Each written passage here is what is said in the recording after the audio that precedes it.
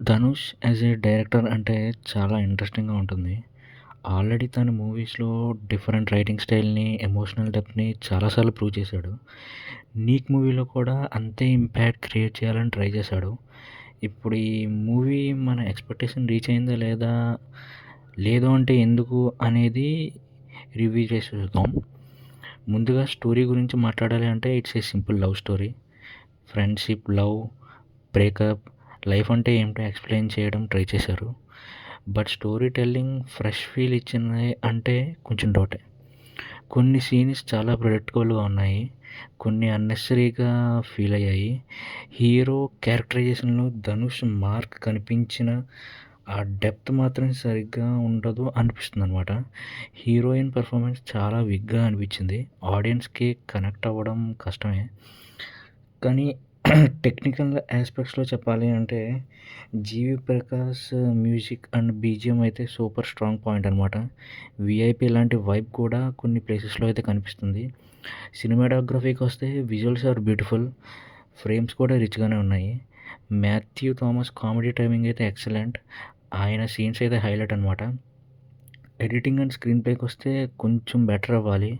First half slow, second half అయితే లైట్‌గా drag అవ్వడం అయితే కొంచెం మైనస్ పాయింట్ అనమాట. మూవీలో ధనుష్ రిఫరెన్సెస్ అయితే చాలా ఉన్నాయి.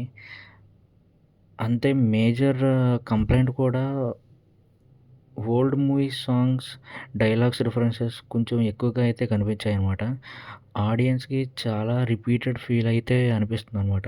రజనీకాంత్ రిఫరెన్సెస్ అన్నెసెసరీగా యాడ్ చేశారేమో అనిపిస్తుంది. అది కూడా లైట్ క్రింజ్‌గా అనిపించిందనమాట. ధనుష్ కెమియో ఎక్స్‌పెక్ట్ చేసిన వాళ్ళకి లైట్ డిసప్పాయింట్‌మెంట్ అయితే ఉంటుంది. సరే ఇప్పుడు ప్రోస్ అండ్ కాన్స్‌కొస్తే feel good elements, good cinematography అనమాట. 'జీవి ప్రకాష్' బీజీఎం అయితే హ్యూజ్ ప్లస్ పాయింట్ అనమాట. అండ్ మాథ్యూ థామస్ పెర్ఫార్మెన్స్ కూడా టాప్ నాచ్. బట్ కాన్స్ ఏంటంటే slow narration, same predictable story line, heroines performance ఏమో చాలా వీక్‌గా ఉంది.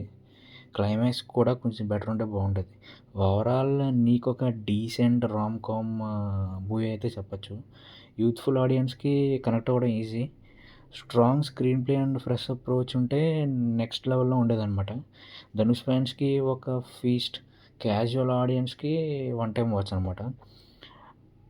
'నలవకు ఎన్మేల్ ఎన్బది కోపం' అంటే తమిళ్‌లో 'చంద్రునికి నా మీద ఎందుకు కోపం' అని అర్థం అనమాట. ఇది సినిమా టైటిల్‌కి కూడా ఒక ప్రత్యేకంగా మీనింగ్ అయితే ఇస్తుంది. మీ ఒపీనియన్ ఏంటి? మూవీ నచ్చిందా? నచ్చలేదా? కామెంట్స్‌లో పెట్టండి.